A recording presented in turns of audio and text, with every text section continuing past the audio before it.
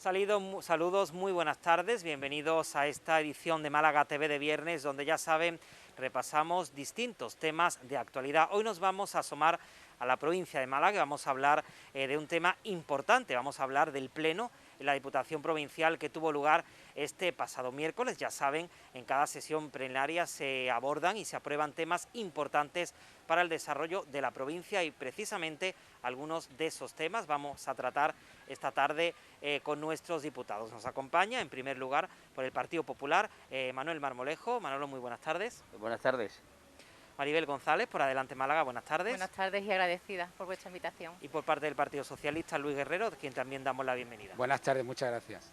Pues como les decía, asuntos importantes, por ejemplo, en el pleno del pasado miércoles, el Partido Popular pues dedicaba algunas de sus mociones a hablar del reparto de alimentos, también mostraba su apoyo al pueblo cubano y presentaban también el plan de asistencia y cooperación, el antiguo plan de concertación. El Partido Socialista y Adelante pues llevaban mociones para apoyar la sanidad pública y para pedir que se vuelva de nuevo a la atención presencial en la atención primaria. También hablaban de colectivos vulnerables para aumentar su atención por parte del ente supramunicipal. Por su parte, Ciudadanos, entre otras iniciativas, condenaba la violencia de género. Vamos a empezar, si os parece, hablando por el plan de asistencia y cooperación, un plan que presentaba el equipo de gobierno, que presentaba el Partido Popular. Manolo, un plan dotado este año con más de 35 millones de euros.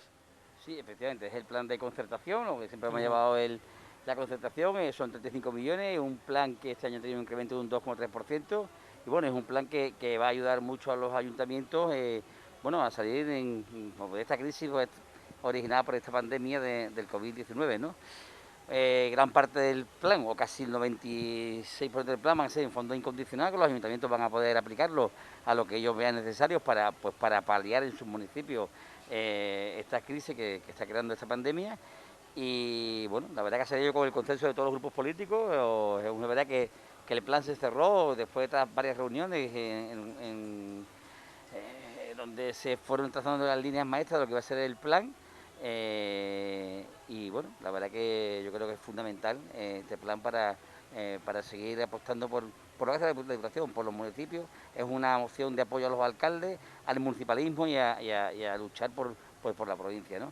Yo sé que aquí Maribel, el grupo de Adelante Málaga se abstuvo, pero bueno, la verdad que yo creo que al final era como una especie también como de apoyo a este plan de la Diputación que los ayuntamientos están esperando como agua de mayo, ¿no?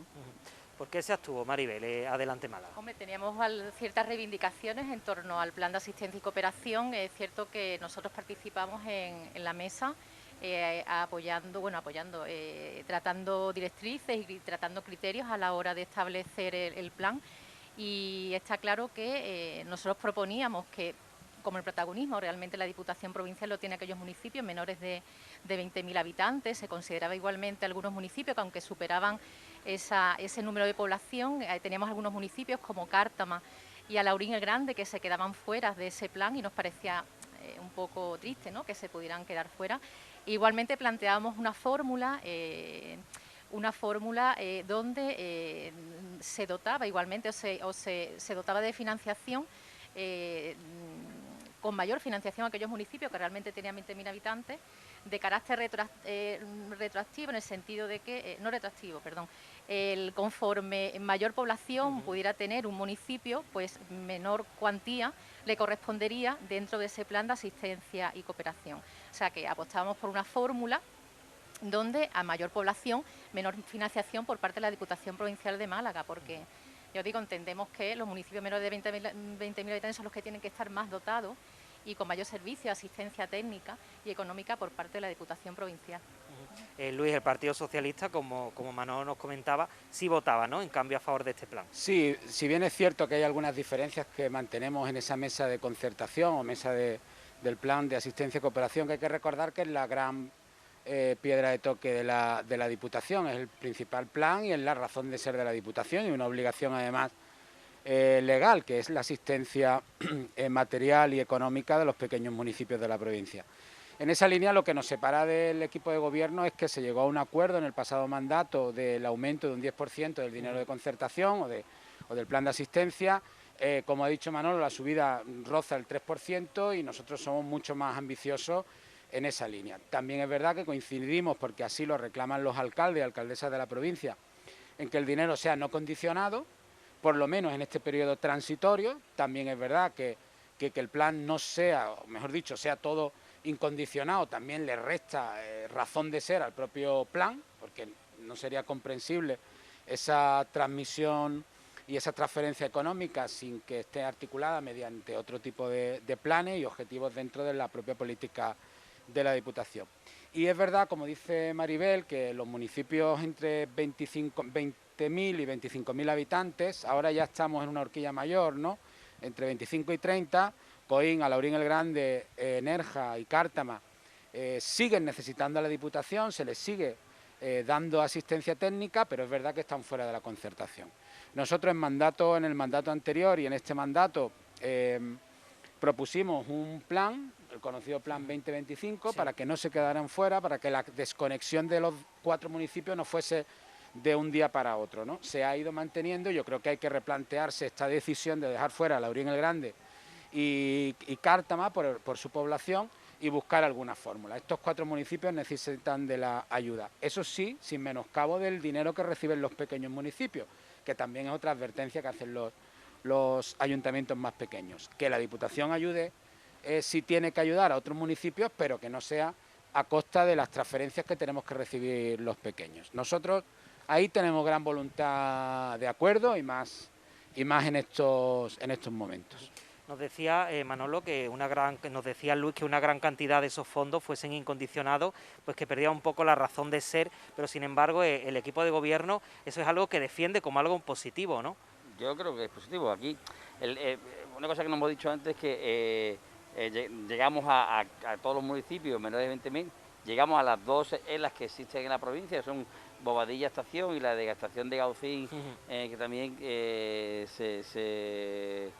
se introducen en lo que es el plan de concertación, y es una cosa que los alcaldes estaban demandando, que no fueran unos fondos que tuvieran un fin, que fuera abierto y cada uno pues se pudiera gastar todo el dinero en lo que ellos vieran más necesario para su municipio, sobre todo en este momento. Hablamos solamente de este plan, parece que está más hecho este plan, pero ahora el otro día, el viernes, antes de ayer, del PREN, el plan de asistencia económica municipal, pues la Diputación ya abonó a los ayuntamientos 20 millones de euros, distribuidos en las diferentes cuantías según el reparto que hace por población, porque en el plan de concentración se divide el plan por 2 formas. El 95% es por el número de habitantes y un 5% por el costo de los servicios, ¿no? Abastecimiento, saneamiento. Y hay una parte aquí importante que se apuesta ya por todo el tema de saneamiento, ¿no? Es decir, bueno, es un tema aparte de lo que estamos hablando, de lo que es el desarrollo sostenible en la provincia, pues una parte de ese dinero, son 1.300.000 euros, se va a aplicar a todo lo que es abastecimiento, saneamiento, que creo que seguimos siendo un déficit todavía importante en nuestra provincia, ¿no? Pero los fondos incondicionales que realmente los alcaldes los están reclamando, ¿no? Por eso el darle esa libertad a que cada uno se gaste el dinero en lo que realmente pues necesite, ¿no? ¿Queréis añadir algo? Si no, sí. No, bien es cierto que es una reclamación, ¿no? Y ya este es el segundo año y la pandemia no es un contexto en el que los ayuntamientos han afrontado gastos. Nuestra reclamación siempre ha sido también la celeridad en el pago de estos planes. Y ahí tanto el equipo de gobierno es conocedor a través de nuestras iniciativas y de contactos también formales e informales en la propia institución, que los alcaldes y alcaldesas, los ayuntamientos, quieren que los planes sean ágiles, que llegue el dinero. Es lo fundamental, que llegue cuanto antes y con la mayor rapidez, porque si no ellos tienen que ir acumulando los pagos, el cuello de botella lo asumen ellos. Y nosotros siempre reclamamos la máxima celeridad, y más con un presupuesto récord como tenemos en este año. La gran capacidad de la Diputación va a ser demostrar que puede gastarse ese dinero, ¿no? en tiempo y forma. Antes hemos dicho una cosa que yo creo que es importante, yo creo que entre todos aquí lo debemos valorar, ¿no? El acuerdo en la mesa, se están llegando a acuerdos en diferentes puntos por mesas de negociaciones, ¿no? Hemos hablado de la mesa de concertación, ¿no? Yo, por ejemplo, nosotros ayer cerramos una mesa técnica del consorcio de bomberos, donde en esa mesa técnica se ha llegado a una base, a la aprobación de las bases, donde por fin vamos a a sacar interinos por la problemática de estabilidad que tenía la plantilla del Consorcio de Bomberos, que bueno, aunque hemos parado el tema pues por las circunstancias que da la nueva ley que ha salido del tema de los interinos, pero ha sido la mesa técnica la que abordó ese tema en varias reuniones y con los sindicatos y con los grupos políticos, como fueron los estatutos también del consorcio, como fueron también el acuerdo de Arco. Se han ido quedando diferentes mesas y otro día el portavoz, el compañero Chico, lo decía que hay varias mesas de trabajo que se han desarrollado en la Diputación que han llegado a un fin importante, han llegado a un acuerdo, este plan uno de ellos, ¿no? Y en mi caso, que yo soy el diputado responsable de emergencia realmente del Consejo de Bomberos, pues yo tengo que reconocer que el estatuto ha sido a la aportación y a la colaboración tanto de Adelante de Málaga como del Grupo Socialista, como de Ciudadanos y como nosotros mismos, en llegar a un acuerdo, una cosa que estaba encasillada de hace años, ¿no? Y el decir, vamos a ponernos en el tema y vamos a llegar a un punto final y que por fin resolvamos este tema, porque es el futuro del propio consorcio y de los trabajadores, pues hemos logrado a que ese tema pues saliera adelante, ¿no? Bueno, por seguir avanzando, como les he dicho al comenzar, la atención primaria también era otro tema que ponía sobre la mesa en la oposición, dos mociones que aunque con matices cada una de ellas, pero básicamente pedían el refuerzo de la atención primaria en los centros de salud de la provincia, que volviese la atención presencial y que los centros de salud pues estén abiertos durante toda la jornada, tanto por la mañana como por la tarde. Una moción que rechazaba el Partido Popular, que ahora nos contará Manolo por qué, pero empezamos, por ejemplo, por Maribel en primer lugar a defender esa moción. Sí, bueno, nosotros presentamos una moción en relación a las mejoras de la atención primaria de salud, una moción de urgencia porque nos parecía así, realmente algo urgente, y más en esta quinta ola de pandemia que estamos viviendo, ante un servicio sanitario que sufre deficiencias desde hace ya muchos años, ¿no? Y sobre todo los estamos viviendo de forma mucho más acusada durante el COVID. Deficiencias, bueno, que la población realmente pues está bastante a disgusto, bastante manifiesta, bastante su malestar, puesto que sufren largas colas en los centros de salud. Como habéis dicho, la presencialidad tan solo es por la mañana, por la tarde están los centros de salud, gran parte de los centros de salud cerrados, donde los profesionales no contamos con profesionales suficientes para poder atender a la población. Nos encontramos con vacaciones ahora en verano, vacaciones que no se están cubriendo, bajas que tampoco se cubren, los cupos de los profesionales lo cubren otros compañeros. Y claro, son situaciones que la población la está sufriendo y la está viviendo, ¿no? Y la verdad que vive con bastante angustia el ser llamado por teléfono cuando pides una cita médica, que por fin por fin te la dan, ¿no? En el momento en que te van a llamar, ¿no? Porque, a ver, también trabajamos, ¿no? Y también la población trabaja, y en el momento en que recibe esa llamada, pues también puede ser un momento angustioso porque nunca se sabe en qué momento. La provincia también sufre deficiencias, ¿no? Es una situación que no se está atendiendo por parte de la Junta de Andalucía, por parte del señor Moreno Bonilla. Estamos con un gobierno que está sordo realmente a las reivindicaciones de la población, con una sarquía que necesita un servicio de pediatría que se tiene que desplazar a Vélez Málaga para tener ese servicio, con infraestructuras que son obsoletas, que ya son antiguas, como en Cueva de San Marcos, con una población flotante de turistas que viene a nuestra costa y que nos encontramos con los centros de salud cerrados por la tarde y no tenemos cobertura profesional para atender esa sobrepoblación que nos viene en verano. Y bueno, y otros municipios, La Orina Grande, que llevamos ya reivindicando el servicio de urgencia durante muchos años, desde el inicio de que se construyó el nuevo centro de salud, y que con el que aún no contamos y no está dotado con servicios que necesita, como el de rayos, ¿no? que tampoco lo tiene. Entonces, a ver, son cuestiones que ponemos encima de la mesa y que por parte de la Junta no dota y realmente es un problema para la población, y reivindicamos eso, mayores recursos a nivel de profesionales, mejoras para la dotación de los servicios, que exista un cribado igualmente para la población juvenil que no está vacunada, para rastreadores que también puedan detectar a esos jóvenes, esa población que tenga que sufrir un aislamiento. Y ya os digo, esas mejoras pues que no se están produciendo. El señor Moreno Bonilla no está atendiendo a la salud de los malagueños y de las malagueñas, y de los andaluces y de las andaluzas. En la misma línea, Luis, iba la moción también del Partido Socialista. No es la primera moción que presentamos. Bien es cierto que la Diputación se convierte en un foro de debate de otros asuntos, como debe ser, porque a nuestro grupo y a nosotros como concejales y concejalas, alcaldes y alcaldesas, los ciudadanos nos reclaman, ¿no?, y nos piden y ponen encima de la mesa cuáles son las carencias que tienen los servicios públicos.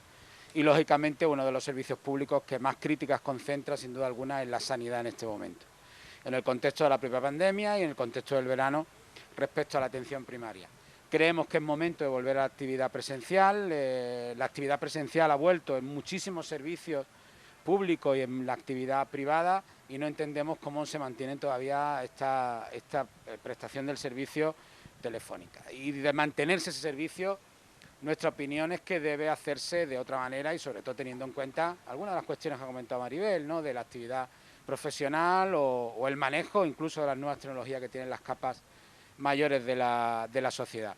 Nosotros vamos a seguir insistiendo. Yo creo personalmente que la sanidad debe estar siempre en el debate, en un debate constructivo, bien es cierto, porque hay implicados no solamente quienes necesitamos de la sanidad, sino también quienes trabajan, y hay que tener ese debate encima de la mesa y la obligación también por parte de la oposición y de quienes tenemos la voz de la ciudadanía en parte, tenemos que reclamarle tanto al partido como al Gobierno de la Junta de Andalucía una mejora. El PSOE ha gobernado la Junta de Andalucía y creo que supo asumir en su momento cuando cometió errores en sanidad, y creo que eso también nos legitima en este momento para poder reclamarle al Partido Popular y a sus socios de gobierno que la sanidad debe ser lo más importante y más en este momento.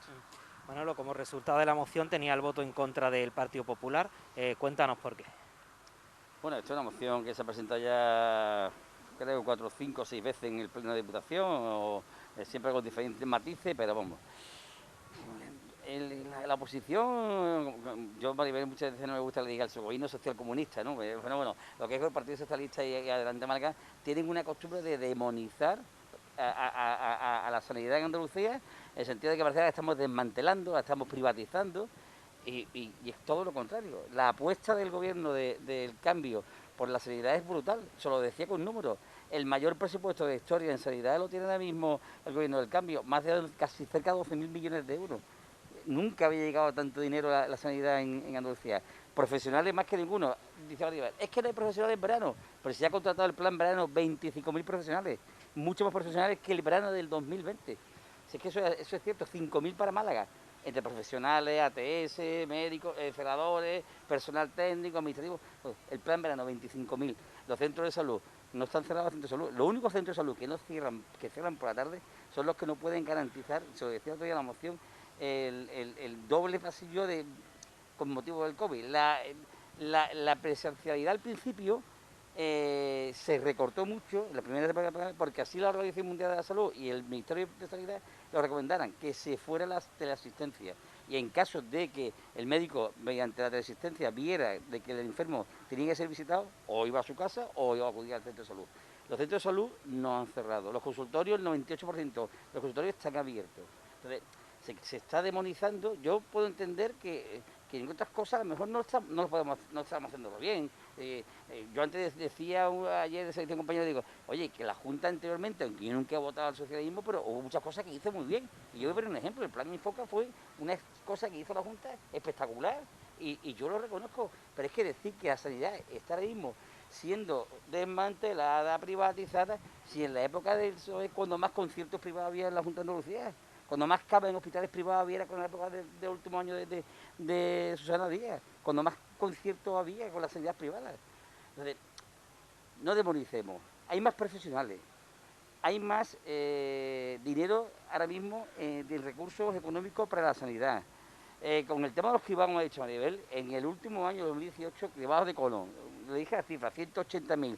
Este año, en el 2020, se cerraron con 2.200.000 cribados de colon. Dice, no es que hay más enfermos que padecen cáncer de colon. Sí, pero es que se han hecho más cribados. Es que, por desgracia, ha tocado que puede haber esa cantidad haya podido tener un aumento. Pero se están poniendo muchísimos más medios para evitar esa enfermedad. Porque se han hecho 2.200.000. Yo recibí hace poco en mi casa un sobrecito que venía de la Junta de Andalucía para el cribado de colon. Yo y mi mujer.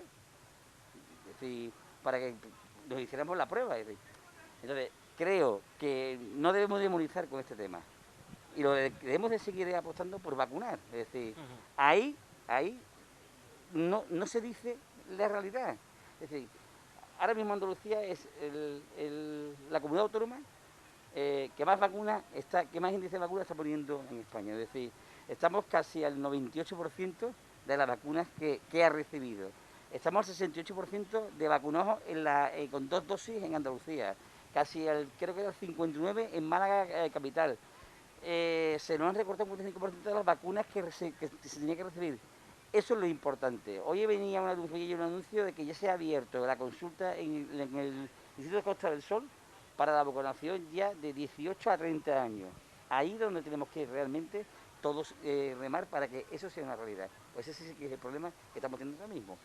Hay que llegar a vacunar realmente a la población.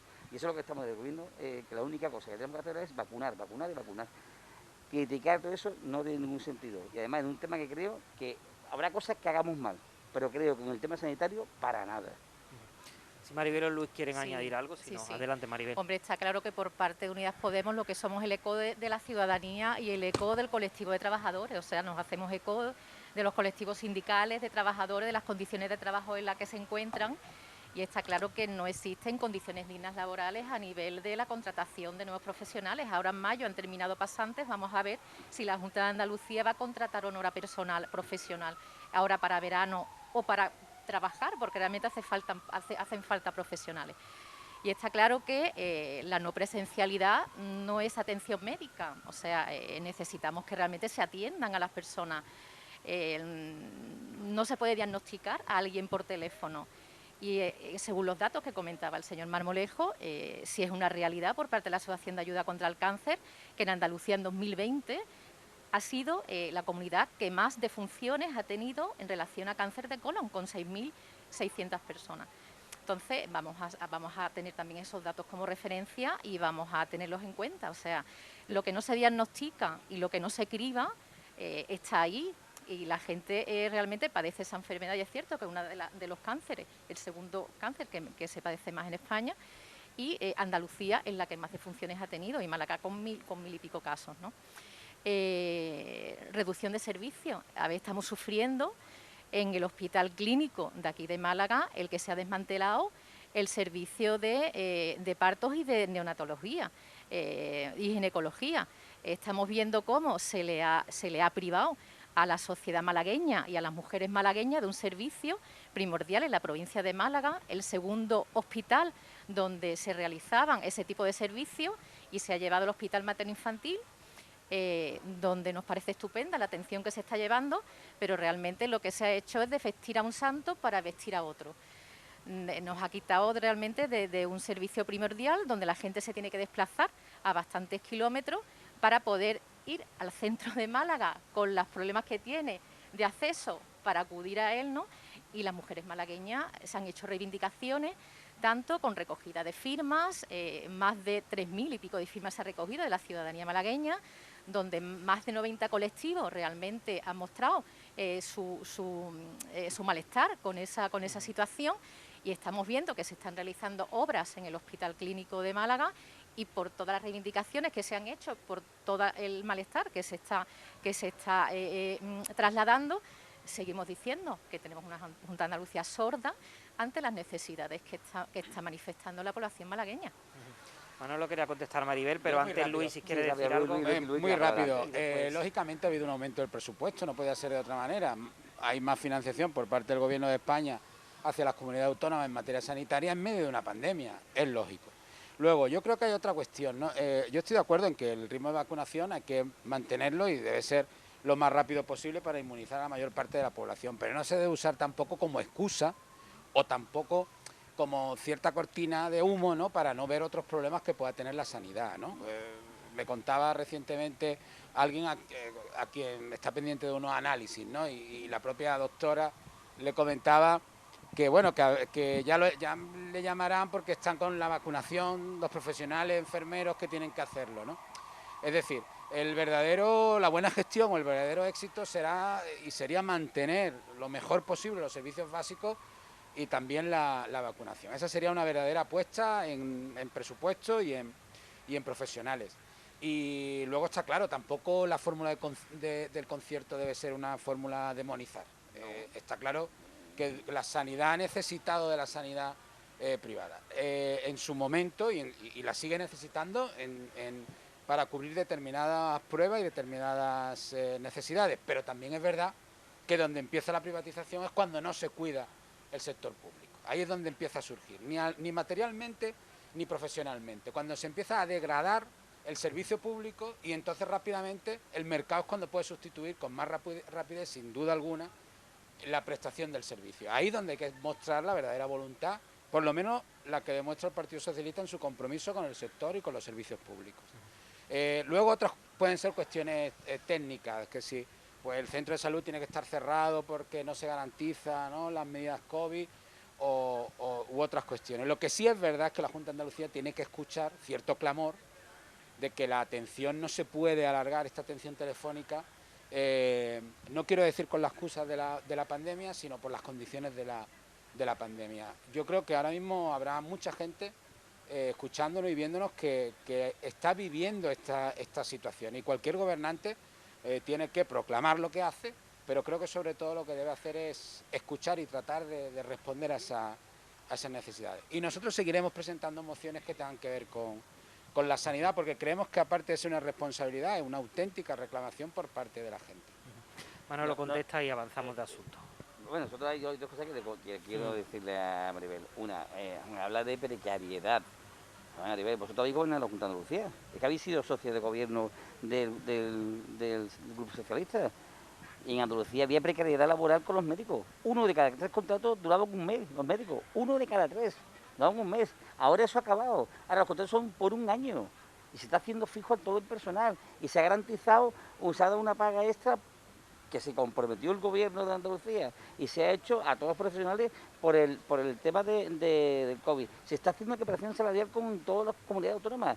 No puede cobrar un médico en Andalucía 800 euros menos que un médico en el País Vasco haciendo las mismas funciones. Y eso existe en esta comunidad. Existía de donde venía, de antes. Es decir, hombre, en lecciones en el tema de sanidad, yo os lo he dicho muchas veces, no debemos de hablar. Sí, Luis ha dicho, no, es que ha llegado más presupuesto del gobierno central. No. Ha llegado, pero se incrementó ya el presupuesto en sanidad en el primer año de Moreno Bonilla, porque él dijo que en materia de sanidad y en materia educativa se iba a incrementar el presupuesto de la Junta de Andalucía, como lo ha hecho, y se comprometió a que el 7,5% del PIB de la comunidad se iba, porque era un mandato del Parlamento, se comprometió a eso y lo está cumpliendo. El 7,5% del PIB se destina a sanidad. Entonces, eso es importante remarcarlo. Entonces, yo creo que en este tema podemos mejorar algunas cosas, por supuesto, podemos hacerlo mejor, por supuesto. Dice, faltan médicos, no, pero también hagamos una decisión, los médicos también necesitan tener vacaciones los pobres, que han llegado, parece que no tienen derecho ni a vacaciones ni a nada. Lo que tenemos que hacer es reconocer el trabajo de estos profesionales que están dejando la piel en la lucha de esta pandemia. Y estamos en un momento ahora muy crítico otra vez, muy crítico, que están, hoy viene el periódico que Málaga ha llegado, vuelve a rozar 1.900 contagios y hemos llegado a la cifra de 1.700 malagueños que han perdido la vida por el COVID, y eso es lo que nos tiene que preocupar ahora mismo, ¿no? Entonces, pero bueno, no podemos demonizar y seguir trabajando en pro, y esto es lo que decir el gobierno del cambio, trabajando en pro de la sanidad y de luego apostando por la sanidad pública, sin tampoco dejar de la mano la sanidad privada, porque la sanidad es toda, la pública y la privada. Bueno, por seguir, si queréis añadir algo en otro turno, o si no, avanzamos brevemente, por favor. Los servicios sanitarios no se pueden parar por vacaciones de los profesionales, vaya, más aún. No, te quiero decir que los médicos tienen que tener vacaciones, por supuesto, pero se les tiene que sustituir y tiene que haber profesionales de sustitución para tener un servicio tan básico como la salud. El plan de verano, 25.000 profesionales. Bueno, como ustedes saben, el Grupo Provincial de Ciudadanos, aunque forme parte del equipo de gobierno, también tiene grupo propio. Aquí esta tarde no podemos tener pues presencialmente a un representante, aunque tengamos mascarillas, distancia y estemos al aire libre, pero bueno, no es recomendable, hay que respetar los aforos, pero también, por supuesto, pues queremos repasar las mociones que Ciudadanos presentaba. Una de ellas iba dirigida a condenar las declaraciones que el ministro de Consumo, Alberto Garzón, hacía sobre la carne y recomendaba, pues según Ciudadanos, pues disminuir el consumo. Vamos a escuchar las declaraciones del portavoz de Ciudadanos en la Diputación, de Juan Carlos Maldonado, y a la vuelta comentamos esa moción. Este pasado 7 de julio, el ministro de Consumo, Alberto Garzón, lanzó una campaña aseverando estar preocupado por la salud de nuestros conciudadanos y por la de nuestro planeta. nos señala que según la FAO, España es el país que más carne consume de toda la Unión Europea. Lo que no dice el ministro Garzón es que, según esta misma organización, el sector cárnico genera más de 2,5 millones de empleo y aporta casi 9.000 millones de euros de exportaciones a la balanza comercial de nuestro país. Si llevamos estos datos a nuestra provincia, aquí hay censadas 4.017 explotaciones ganaderas que el año pasado facturaron 113,79 millones de euros. Málaga es la provincia andaluza que más productos cárnicos exporta, alcanzando los 25 millones de euros mensuales entre enero y mayo del año 2020. Sin duda, campañas tóxicas y torpes en comunicación como la que hizo el ministro Garzón hacen mella en una importantísima industria que genera riqueza y empleo y ayuda a luchar contra la despoblación en el interior de nuestra provincia. Bueno, una moción que se votaba con los votos a favor del Partido Popular, de Ciudadanos y del diputado Juan Casá, y los votos en contra por parte de la oposición, tanto de Adelante como del Partido Socialista. Manolo, ¿por qué votaba a favor el Partido Popular de esta moción? Hombre, yo creo que el señor Garzón es que no da una... es una detrás de otra haciendo declaraciones muy desafortunadas. Ya lo hizo con el sector turístico, es decir que el sector turístico no es un sector de valor añadido en la comunidad que vive del turismo, que su PIB, donde más ingresos tiene por el turismo, es pegarse un pie en el tiro, ¿no? La verdad que Unidas Podemos, el tema del turismo parece que siempre le da, no sé qué, sarpullidos, ¿no? Porque siempre constantemente están atacando al turismo en una ciudad que vive del turismo. Y luego, pues con la carne, creo que ha estado súper acertado. Curiosamente, menos mal que el presidente del gobierno ahí hizo un acto de valentía, dice que él se comería un buen chuletón, lo dijo en unas declaraciones públicas, diciendo que apoyaba la carne y no estando muy de acuerdo con las declaraciones del señor Garzón. Yo creo que en este momento luego se puso un poco de lado porque al final el pacto de gobierno le obliga a ponerse de lado de vez en cuando, pero yo creo que han sido unas declaraciones muy desafortunadas en una provincia donde, como bien ha dicho nuestro compañero el señor diputado Juan Carlos Maldonado, hay muchas explotaciones ganaderas, que tengamos que mejor reducir por el modelo, pero que no puedes demonizar el consumo de carne.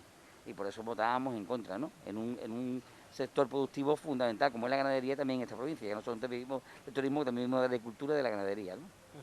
En contra votaba Adelante y el Partido Socialista. Luis, ¿por qué?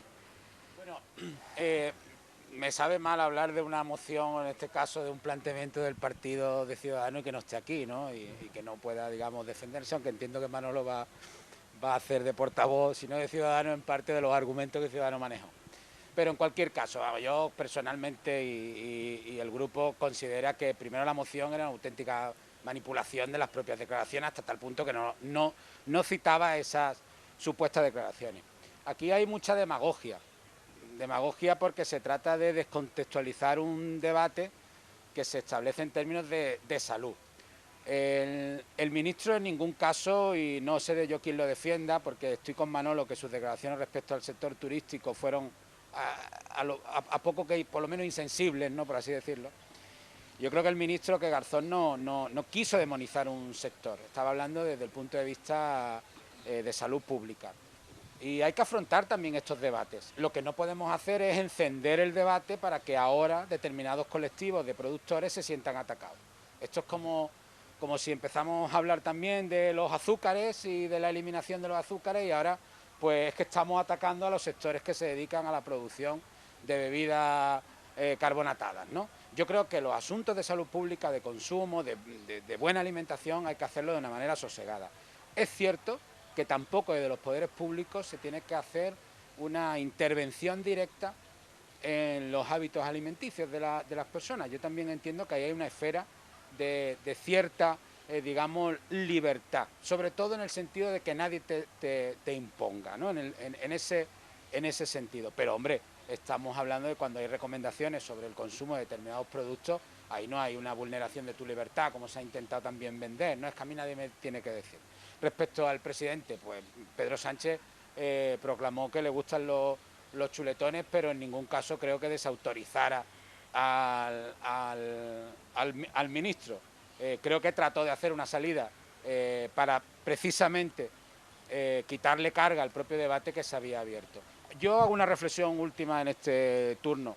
Creo que abusamos mucho de esa demagogia, sobre todo de declaraciones de otros, porque terminan leyendo noticias donde no ven las declaraciones que ha hecho el otro y no son ni siquiera las mismas declaraciones que ha hecho el otro. Yo creo que el debate público, por lo menos, necesita que haya un mínimo de datos reales, ¿no? de información veraz y real sobre lo que se está debatiendo. Y la moción de Ciudadanos en ningún caso, Manolo, hacía honor a tomar en cuenta, ¿no? Que hay que partir de un hecho verídico. Otra cosa es tu interpretación del hecho, pero por lo menos verídico. Y en la moción no vimos ni las propias declaraciones. Maribel, la postura. Sí, yo pienso igual, que a ver, no se evidenció en ningún momento el que fuera en contra de los productores, ¿no? Lo único que evidenció fueron una realidad científica y una realidad que existe, donde la línea realmente que se está llevando por parte de este gobierno de coalición también son medidas ecologistas y medidas donde tenemos que tender a salvar el planeta porque estamos en una situación de emergencia climática. En ningún momento lo que solamente formuló fueron medidas sanitarias, igual que, ¿sabes? Si se dice que el alcohol realmente es recomendable, el consumo moderado de alcohol, pues todo lo podemos entender y es algo reconocido y es algo que asumimos, ¿no? En ningún momento vamos a pensar que vamos a acabar con las empresas viticultoras, vamos a acabar con las empresas... No, pero es algo que es evidente a nivel de sociedad que el alcohol perjudica la salud. Igualmente, por organizaciones de salud y por parte de reconocidas entidades, está claro que el abuso del consumo de carne y el consumo de carne es perjudicial para la salud. Es algo evidente y es algo reconocido científicamente. O sea, no excesivo. Excesivo. Está claro que España existe un exceso en el consumo de carne de un 84% en relación a la Comunidad Europea. O sea, que eso es algo que está reconocido. Igualmente, sí pusimos sobre la mesa realmente el posible debate sobre el modelo de producción, donde nosotros abogamos, por supuesto, por un modelo extensivo de pequeños y medianos productores y donde realmente estamos en contra de ese modelo intensivo, donde existe pues grandes fondos de inversión que lo que hacen realmente es atentar, ¿no? contra la compra de tierra de esos pequeños productores, compra de ganadería y realmente empobrecer, ¿no? a esa población o a ese pueblo, ¿no? donde puede tener esos productores y donde los ingresos económicos pueden ser en relación a la producción cárnica. Yo digo, realmente lo que evidenció realmente fueron cuestiones totalmente científicas y... Yo es que creo que el ministro Garzón, el pobre, es que no está afortunado, porque no sé si os acordáis que hace poco tiempo también demonizó el aceite de oliva, porque salió con el nuevo tema de Tritecado, que atacaba el aceite de oliva, con lo cual saltaron los productores, más saludables, recomendado por todo el mundo, por la dieta mediterránea, que un buen aceite de oliva. Pero eso recuerdo que era a partir de una directiva europea, ¿no? De la aplicación. Yo lo que veo, a ver, tú puedes hacer unas declaraciones en un momento muy delicado que está pasando en este país, si tú ves o que no se ha entendido lo que tengo que decir, es tan fácil como sentarte con las asociaciones agrarias o las asociaciones ganaderas. Oiga usted, y con el ministro de Agricultura, mire usted, señores, esto no es lo que quiero decir. Pero es que parecía que era un ataque directo al sector. Y así ya no es nosotros que podamos decir, podemos hacer política o no, Maribel, vamos quitando la política. Pero el sector ganadero se vio, porque yo vi muchísimos vídeos de explotaciones ganaderas de la gente que salía a trina, que querían matar al ministro, entrecomillado, vamos a decir. Entonces, si yo eso veo que con el perdón de la palabra la he cagado, pues yo me reúno y me meto decisiones que se ha sacado de contexto que mi debate iba por otro tema. Y ya está, pero no se ha hecho nada, con lo cual, claro, tiene un sector bastante cabreado, como pasó con el turismo. Tú mismo lo has reconocido. Fueron unas declaraciones súper desafortunadas en una provincia que lo está pasando bastante mal, porque no hemos visto ilusionados que iban a llegar, los ingleses han llegado a la mitad, y encima hoy mismo Alemania ha declarado un país, a España, toda España, un país donde recomienda, por supuesto, que nadie venga a viajar a España, porque como está ahora mismo la tasa de COVID, ¿no? Entonces, lo que tenemos que en estos momentos es ni una pizca de algo que pueda ir contra el sector, al revés, remar a favor del sector en estos momentos, ¿no? Y eso es lo que yo creo que le tenemos que pedir al ministro Garzón, que en estos momentos, bueno, pues esas cosas que ha hecho o en este tema, pues sea, creo que mucho más prudente, ¿no? Bueno, también hay mociones que se aprueban por unanimidad. Esto quiere decir que en los que los diferentes grupos provinciales consiguen ponerse de acuerdo. Fue el caso de una moción que presentaba el Partido Socialista relativa a la modificación del reglamento orgánico de la Diputación. Entre otras cosas, pues pedían el regreso a los plenos presenciales, la implementación del voto telemático a distancia en determinadas situaciones y también promover o delimitar el carácter territorial de las mociones. Luis. Sí, bueno, esto es, digamos, una cuestión interna relativa a la organización de la propia Diputación, ¿no? Y llevamos ya casi 6 años debatiendo y negociando el nuevo reglamento en 2 aspectos fundamentales y la pandemia ha puesto en evidencia el propio reglamento, ¿no? Sí. Es cierto que los tres estamos en la misma mesa, comisión. en la comisión. Del cambio de Es cierto que a lo largo de, bueno, aparte de los momentos de confinamiento y los momentos en los que ha habido cierres perimetrales en los municipios, pues era imposible que se celebraran los plenos presenciales. Ahora pues nos vemos afectados lógicamente cuando algún compañero o compañera de corporación pues o bien tiene que hacer cuarentena o desgraciadamente está sufriendo la enfermedad, ¿no? Pero eso no quita que ya podamos haber resuelto con tiempo la inclusión en el reglamento del voto telemático o de las sesiones presenciales con participación telemática de algunos de los miembros de la corporación. Eso se está haciendo en Parlamento, se está haciendo en otras diputaciones, en otros ayuntamientos y por lo tanto creíamos que era una cuestión que había que por lo menos apretar para que fuese una realidad. A nosotros nos valió el compromiso, esperemos que sea una realidad, como ha sido una modificación del reglamento también para un aspecto técnico que se llevó en este mismo pleno. Si ha habido tiempo para una cosa, había tiempo para otra. Y resumo también en que lo presencial ayuda también al debate político. Y es cierto que las instituciones necesitan de esa presencialidad y de esa asistencia para que el debate político sea productivo. Lo digital y las sesiones telemáticas pues son tan importantes como las otras, pero para nosotros esa presencialidad pues permite a, por ejemplo, los trabajadores de la Diputación, cuando hay algún tema, pues asistir al pleno, colectivos que se vean afectados, etcétera, etcétera. Y luego, respecto al alcance de las mociones, pues nosotros insistimos como Grupo Socialista en algo que creemos que es importante también para la propia institución, que es que debatamos de lo que la institución tiene que hacer. Aquí lo estamos viendo en este programa, ¿no? Hay temas que escapan, que no llegan a ser ni reclamaciones por parte de los ciudadanos, ¿no? Y eso creo que también creemos que hay que limitarlo. La Diputación tiene que dedicarse a los asuntos para los que fue creada y que tiene encomendados por la ley, ¿no?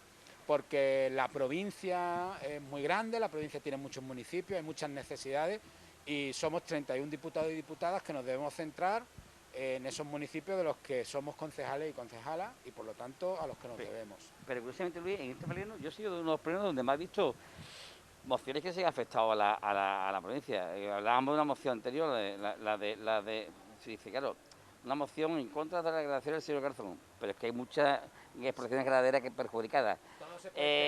La única moción fuera de Cuba, quizás, la única que estaba fuera de lo que es el ámbito provincial, ¿no? Pero bueno, siempre había mociones de apoyo a colectivos, a ciudades, a países, algunas se han hecho institucionales, muchas de ellas, pero bueno, que este pleno ha sido un pleno bastante muy mala provincia. Y en el tema del reglamento, yo estoy con Luis, hombre, los plenos presenciales me gustan más, es decir, a mí me gustan más los presenciales, es decir, no, pero un pleno en tu despacho, solo allí, se te hace un poco, a mí es más que me cansa mucho, no sé si a vosotros pasa igual, a mí los telemáticos me cansan más que los presenciales. Que las sesiones telemáticas Me he ido mucho como más embotado, ¿no? Y en el reglamento ya estábamos trabajando, es verdad que hemos parado, lo paramos hace 4 meses Sí, posiblemente, hace unos meses. el presidente otro día de la Junta de Portavoces se comprometió de nuevo a que a principios de septiembre hemos quedado el portavoz del Grupo Popular y yo, Fran Obler y yo, y ahí a contarle dónde nos hemos quedado y a darle un impulso para que en el pleno de noviembre, diciembre, pues sea una realidad el nuevo reglamento, ¿no? quiero escuchar también la opinión de Maribel. Sí, bueno, como habéis dicho, fue unánime realmente el que retomásemos esas comisiones de trabajo, que realmente, claro, nuestra intención es realmente siempre pues llegar a ese consenso a la hora de establecer ese reglamento interno. Y una de las cuestiones pues que también poníamos sobre la mesa, que como también ha dicho Luis, el hecho de que sea presencial realmente los plenos, porque también se puso sobre la mesa de forma online cómo podría ser esa participación ciudadana que nosotras desde Podemos Izquierda Unida pues llevamos reivindicando, e Izquierda Unida en la anterior legislatura, el que tuviera cabida dentro también de ese reglamento, porque se exigía que hubiera un registro de asociaciones a nivel provincial, un registro que no existe, que realmente existe, es el de la Junta de Andalucía, y que, bueno, pues estábamos viendo que sí que podría tener cabida porque consideramos que la participación ciudadana y de las asociaciones es fundamental. Como también veíamos el que en situaciones excepcionales en el que no fuera posible esa presencialidad de algún diputado o diputada, pues que fuera de forma online ante cualquier evento, con circunstancia personal, salud y demás, pues que no fuera posible, ¿no? Pues que también se pudiera contemplar. Entonces, esperando a que retomemos esa comisión de trabajo otra vez, a que podamos poner sobre la mesa todas esas aportaciones que pudiéramos añadir al reglamento y hacer esas mejoras y esos informes jurídicos que también estábamos pendientes de tener para ver si se pueden llevar a cabo o no. Otra moción que presentaba en este caso el Partido Popular era relativa al reparto de alimentos que lleva a cabo el Gobierno central y además alertaba en esta moción del posible recorte del 33% de estas ayudas y ponía sobre la mesa pues dos cifras. Alertaba de que de 3,9 millones de kilos en 2020 se podría pasar a 2,6 millones y por lo tanto también por supuesto pues reducir el número de beneficiarios. Manolo. Eso en realidad se reduce un 3% y se reduce a 7.500 personas y además se reducía la orden de reparto, se pasaba de 3 a 2. Bueno, decíamos que no entendíamos que aquí en Málaga hay dos entidades como son Bancosol y Cruz Roja las que hacen este tipo de reparto y que había muchas familias, cerca de 7.500 familias, que se iban a ver perjudicadas con este recorte de los fondos FEGA. Entonces, es verdad que el Ayuntamiento de Málaga rápidamente ha actuado y ha hecho una dotación de 1.200.000 euros para ampliar esa cobertura de estas familias que están en vulnerabilidad. La Diputación también ha apostado con una cantidad de dinero para Bancosol y para Cruz Roja, pero lo que denunciamos es que no se produzca ese recorte y que se vuelva a dotar con las cantidades que existían, es más, y que se vuelva a implementar esos 3 órdenes de reparto y no se reduzcan para que la gente que en el mes de, creo que era, no sé si era en octubre, en noviembre, se podían ver afectados sin poder recibir esos kilos o litros de alimentos que estaban recibiendo en estos momentos, ¿no? La oposición no votaba ni a favor ni en contra, es decir, se abstenía. ¿Por qué, Maribel, esa abstención? Porque realmente la información que se ofrecía no era real, realmente no era así. Los fondos vienen realmente de un programa europeo, que es un programa estructural. Es un programa que tiene una duración. Este programa que estamos ahora mismo, en este presente, era desde el 2014 hasta el 2020. Y en este año 2021 lo que se estaba utilizando era lo que, digamos, el 100% de ese programa de 2014-2020 que aún no se había ejecutado en el año anterior. Entonces estábamos finalizando ese periodo de tiempo, esa dotación económica y esa dotación de alimentación durante ese periodo. Se está trabajando en un nuevo programa para el año 2021-2027 y un dato importante que pusimos sobre la mesa es que España era el segundo país donde mayor dotación económica se había llevado a cabo en relación al programa FEAD, que es el Fondo Estructural de Ayuda a Personas Necesitadas. Daros cuenta que como segundo país es una cantidad ingente, tanto económica como a nivel de productos alimenticios que se pudieran también comprar. Poníamos sobre la mesa igualmente la importancia, de que realmente es una atención complementaria. Nosotros desde Unidas Podemos estamos trabajando y vamos a seguir trabajando para que la gente viva dignamente y que la gente tenga derechos. O sea, cuando hablamos de personas en exclusión social, cuando hablamos de pobreza, es porque la gente no puede acceder a muchos recursos, o sea, no tiene posibilidad de tener un empleo, no tiene posibilidad, tiene problemas a la hora de formación o educación o de acceso a la cultura, o sea, tiene dificultades a acceder a derechos, que es realmente las instituciones y la administración la que tiene que dotar de derechos y la que tiene que trabajar en ello. Es algo puntual. Y tenemos que trabajar con políticas transversales que saque de la gente de esa situación.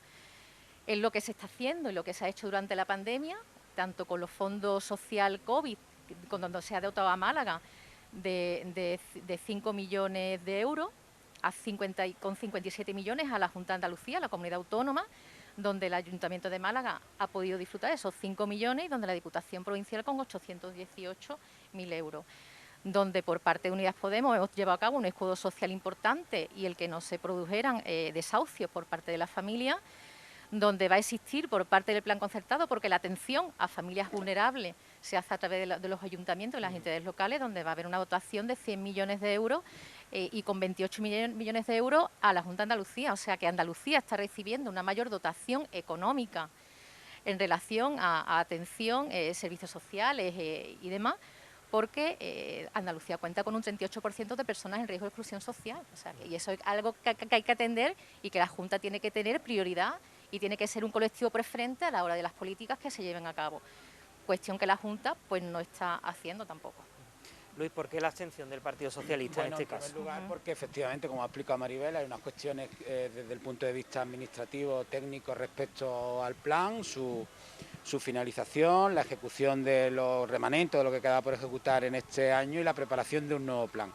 Lo que no podemos olvidar es que este Gobierno ha movilizado la mayor cantidad de recursos públicos posibles para evitar la exclusión social, para evitar, en este caso, la caída a ese abismo de exclusión social que pues representa el impacto de esta pandemia. Y yo quería recordar, y lo acabo de recordar también Maribel, ¿no? Es decir, otras administraciones han podido reaccionar ante esta situación porque han tenido más recursos públicos, más dinero que viene del Estado. El gran esfuerzo que ha hecho el Estado, que al final es el gran esfuerzo que hemos hecho entre todos y todas, porque ese esfuerzo es un esfuerzo colectivo, por encima de ideología y de partidos políticos, ha permitido a administraciones como la Diputación pues salir a poder ayudar, en este caso a Bancosol o a los bancos de alimentos o ayuntamientos a aumentar o duplicar sus ayudas de emergencia. Y eso es justo reconocerlo, y lo ha hecho el Gobierno que está ahora sustentado por dos partidos políticos.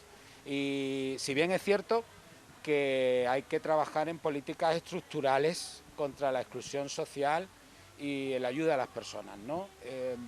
Yo creo que en ese sentido queda algo por avanzar en este país, de entender la importancia y la relevancia que tiene también como pilar del estado del bienestar los servicios públicos y el trabajo de los servicios públicos y de los servicios sociales en los ayuntamientos y en las diputaciones.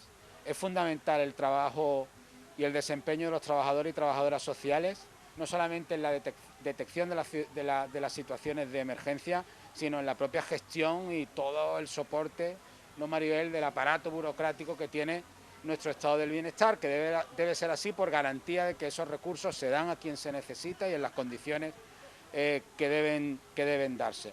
Y esa reflexión yo creo que hay que hacerla y también informar a la ciudadanía de que existen esos recursos.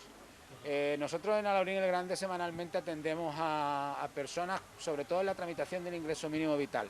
Y en estos semanas de pandemia, uno ha aprendido, porque lo conoce en ese momento, cómo hay muchas familias que desconocen cuáles son los canales para llegar a esos servicios públicos, a esos servicios sociales.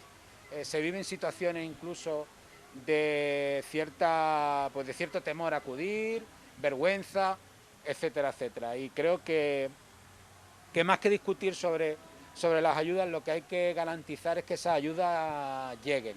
Mejorar los procesos, hemos visto cómo ha habido errores que se han solventado con el ingreso mínimo, cómo tenemos que mejorar la atención de los servicios sociales comunitarios en la provincia.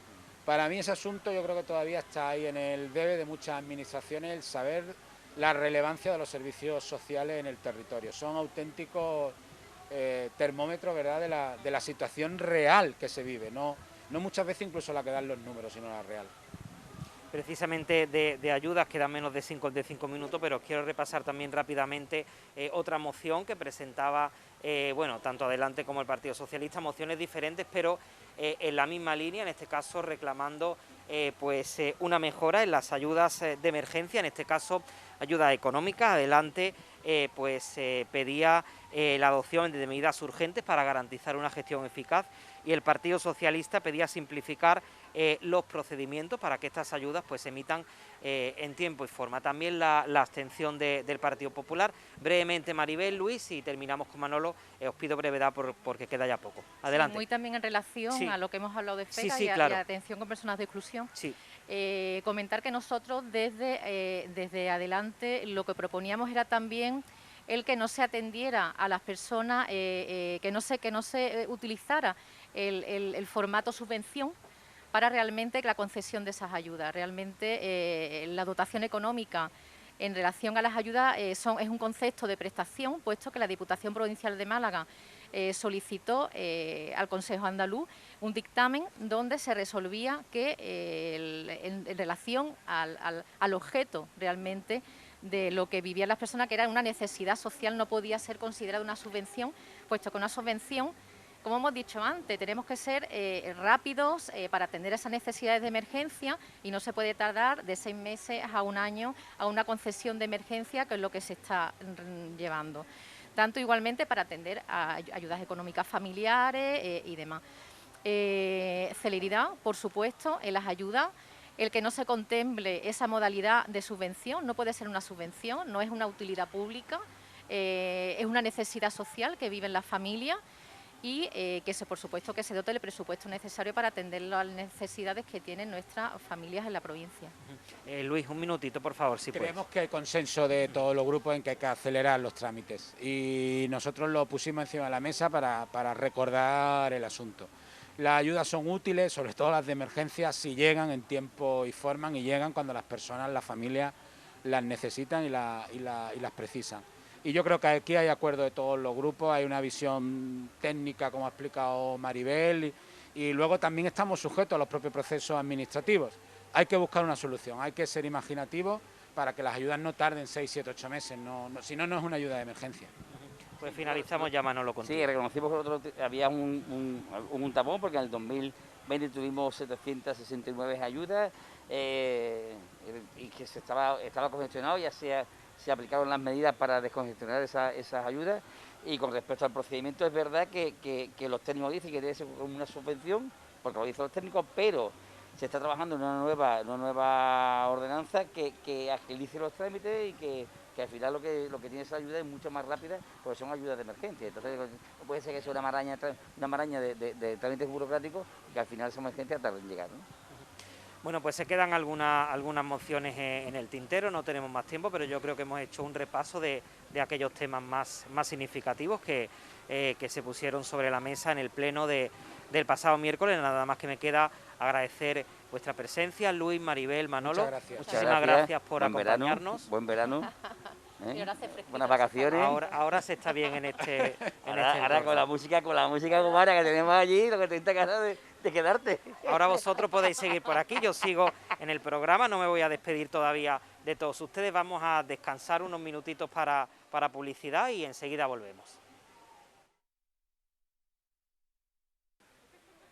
Pues llegados a este punto del programa, continuamos con la marcha, y qué mejor manera que darnos un paseo por la ciudad de Málaga, ese paseo al que cada semana nos tiene acostumbrados nuestra compañera Princesa Sánchez. De la mano de ella nos vamos a ir a descubrir un rincón especial de nuestra ciudad, y después seguidamente despediremos el programa con la recomendación, en esta ocasión una recomendación del canal Extreme. Muchísimas gracias por acompañarnos, no se vayan porque ya saben que ahora viene nuestra compañera Princesa, y que pasen un buen fin de semana. Gracias por su compañía. Amigos y amigas, bienvenidos a pasear por Málaga. De nuevo vamos a recorrer una nueva ruta que seguramente conozcan, pero no con tanto detalle como yo pienso recitaros a lo largo de la tarde. Esas calles más bien vecinales, residenciales, que recorren el entorno del Alcazaba y Gibralfaro, y que hoy quiero presentaros como si fuerais turistas en vuestra ciudad. Vamos lo primero a situarnos en el mapa. Nos adentramos en el barrio de Conde de Ureña, también conocido como La Condonera, un espacio que pertenece al distrito centro y que limita al este con el barrio de la Manía, al norte con el Monte de las Tres Letras, al sur con los barrios de la Victoria y Barcenillas y al oeste con Cristo de la Epidemia. Esta larga calle de viviendas, comercios y árboles que nos permite descender desde la Málaga musulmana a la cristiana recibe el nombre de Bernardo Ferrándiz y Badenes. Este valenciano adoptado por Málaga nació en 1835 y murió en 1885. Es un pintor español, contemporáneo de De Grey. En 1860 obtuvo medalla honorífica en la Exposición Nacional de Madrid, con su cuadro San Simeón. Un año después consiguió mención especial, de honor, en la Exposición Nacional de París. En 1863, con apenas 28 años, es pensionado por la Diputación Provincial de Valencia. Y un año después, el emperador Napoleón III adquirió su cuadro El Tribunal de las Aguas de Valencia, que depositó en el Museo de Bayona. También, por cierto, ese mismo año logró el segundo premio en la Nacional de Madrid por sus cuadros Juicio de Coalición con las autoridades de un pueblo y La Visita a la Nodriza. En 1867 consiguió medalla de segunda clase en el charlatán, por el charlatán político en el Nacional de Madrid. El currículum, como comprobaréis, es fecundo, tanto como lo fueron sus años en París.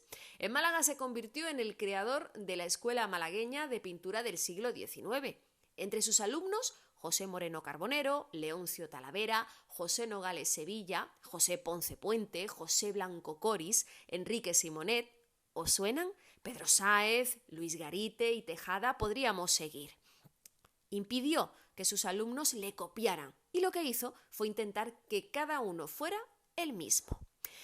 Cuando la Revolución de Septiembre de 1868, la que obligó a marchar a Francia a Isabel II, se subió a un caballo en la Plaza de la Merced y en nombre del general Palanca arengó a una formación de milicianos civiles a quienes encandiló por su verbo poético.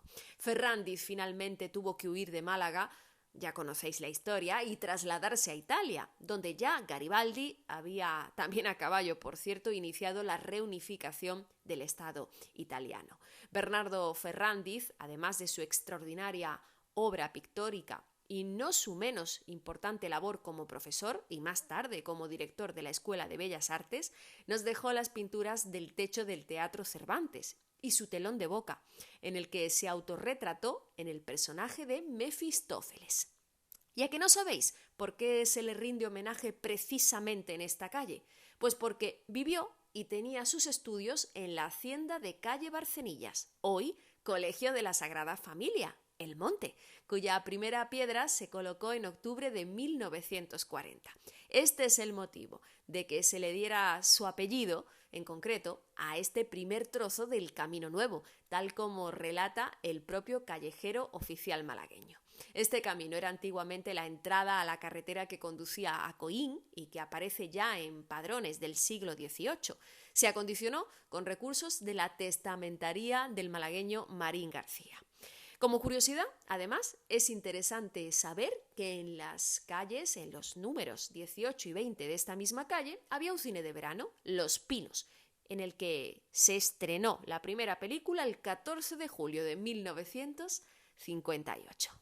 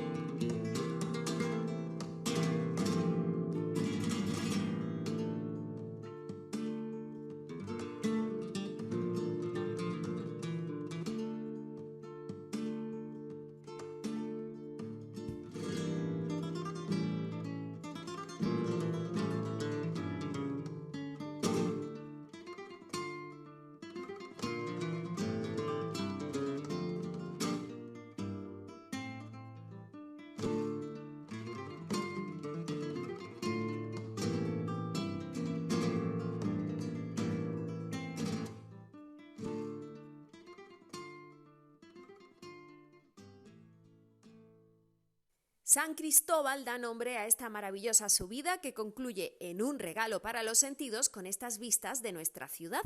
San Cristóbal fue un mártir cristiano, nacido en Palestina de padres paganos, quien resultó detenido en la ciudad de Samos en el año 230 y sometido a terribles torturas, para terminar decapitado.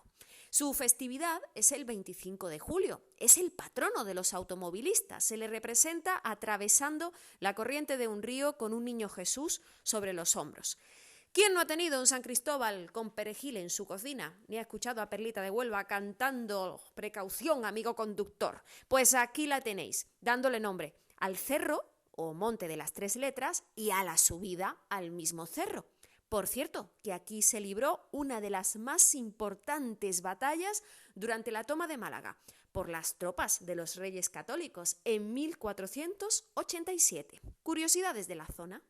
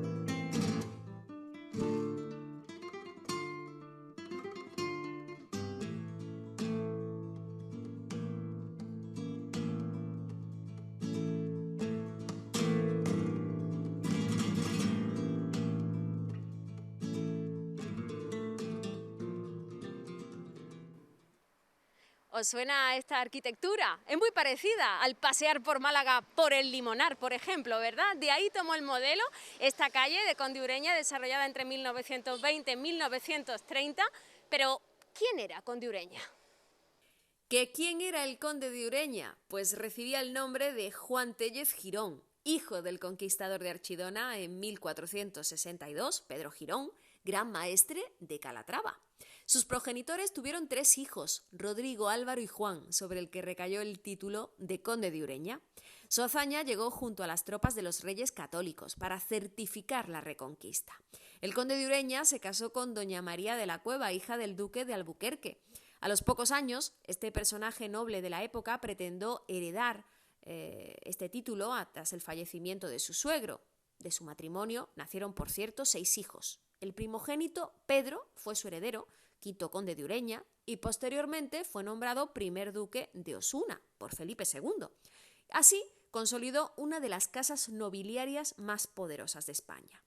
Pedro Girón mandaba a las tropas cristianas que tomaron la ciudad de Ronda en nombre de los Reyes Católicos.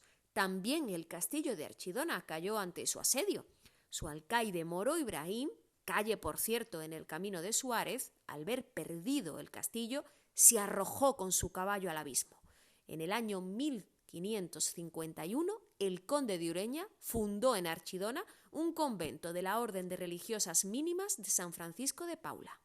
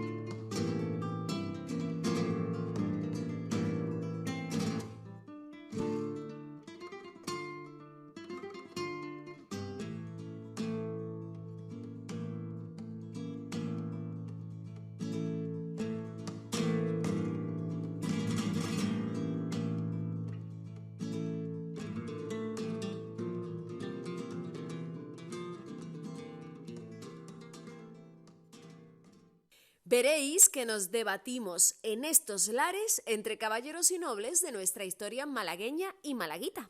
Sin ir más lejos, a pocos pasos de Conde de Ureña hallamos a Ramón María de Narváez, que nació y murió entre 1800 y 1868. Fue militar y político español. En la primera guerra carlista, al enemistarse con Espartero, se convirtió en una de las principales figuras del Partido Moderado. Años más tarde, vio complicado un pronunciamiento contra Espartero, y se refugió en Francia. Durante la regencia de Espartero colaboró en el pronunciamiento moderado de 1841, también en el de 1843, que finalizó con la huida del regente al extranjero. Fue el personaje más influyente probablemente de la década moderada. Hablamos de los años 1844 al 54, y ocupó la presidencia del gobierno durante la mayor parte de este periodo. Como gobernante se caracterizó por sus tendencias dictatoriales, eliminó todo intento de democratizar el país. Por una serie de desavenencias con la familia real, dimitió del gobierno en 1851 y no apareció en el primer plano de la política hasta 5 años más tarde.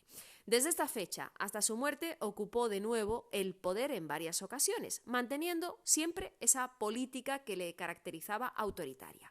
No menos curiosa es la historia del protagonista de la calle Pedro de Quejana, situada entre Ferrándiz y Conde de Ureña. Hablamos de uno de los héroes de la toma de Málaga.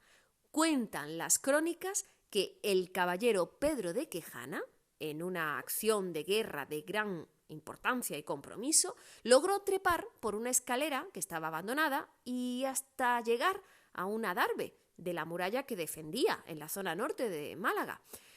Allí fue descubierto por los guardias musulmanes que vigilaban aquella zona y tuvo un combate bastante desigual. Estaba solo ante varios atacantes. Compañeros suyos, viendo que estaba en una situación muy apurada, subieron a ayudarle, pero llegaron tarde. Quejana ya había muerto, apaleado y peleando. Eso sí, sus compañeros lograron conquistar el adarve. Y si del adarve sois capaces de subir al seminario, mis bendiciones. Es un precioso enclave de paz que debe ser muy similar a la gloria.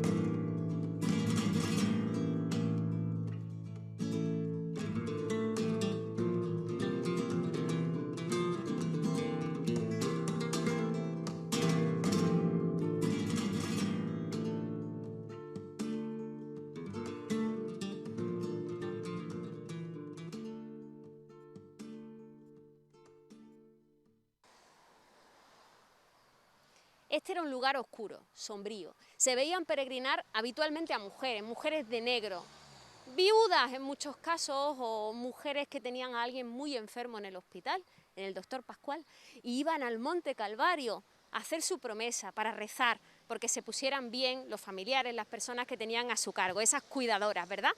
Esa historia me la ha contado mi amigo José González Villodre y yo quería compartirla con ustedes, porque esta calle no se llama por casualidad Amargura. Un pequeño humilladero existía en el Cerro del Calvario, en el que se veneraba a un Cristo. Esto dio ocasión para que en el año 1671, previa licencia del obispo y con permiso del ayuntamiento, varios clérigos, seglares reunidos en hermandad, fundasen una iglesia ermita, allanando el camino que conducía hacia ella y poniendo cruces de piedras, así conmemorativas del doloroso caminar de Jesús y recordando la calle del mismo nombre de Jerusalén. En esta pequeña capilla se daba culto a la imagen del Cristo yacente. Hoy en día se le sigue dando culto a un Cristo con esta advocación que junto a María Santísima del Monte Calvario hace su salida procesional la noche del Viernes Santo. Entre las tradiciones malagueñas existe la de subir ese día a la capilla rezando el Vía Crucis y colocando una piedra en cada una de las cruces que identifican las estaciones. El 26 de octubre de 1991, la empresa José Manuel Pascual adquirió el antiguo Hospital Militar de Málaga, ubicado también en esta calle, que pasó a llamarse desde entonces Hospital Dr. Pascual y que hoy está ya en vías de desaparición.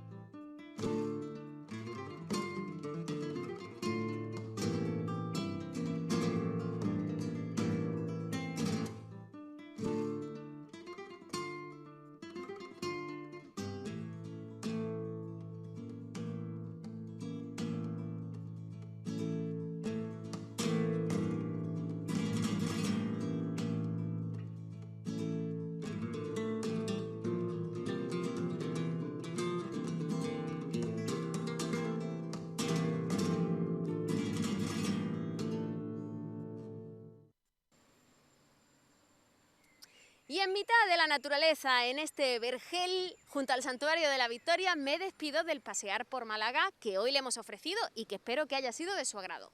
Como siempre, investiguen, pregunten de dónde vienen nuestras calles, por qué se llaman como se llaman, de qué ese azulejo, de qué aquel monumento. Si es que al final siempre terminamos aprendiendo alguna curiosidad que, aunque sea por quedar bien, la van soltando por ahí.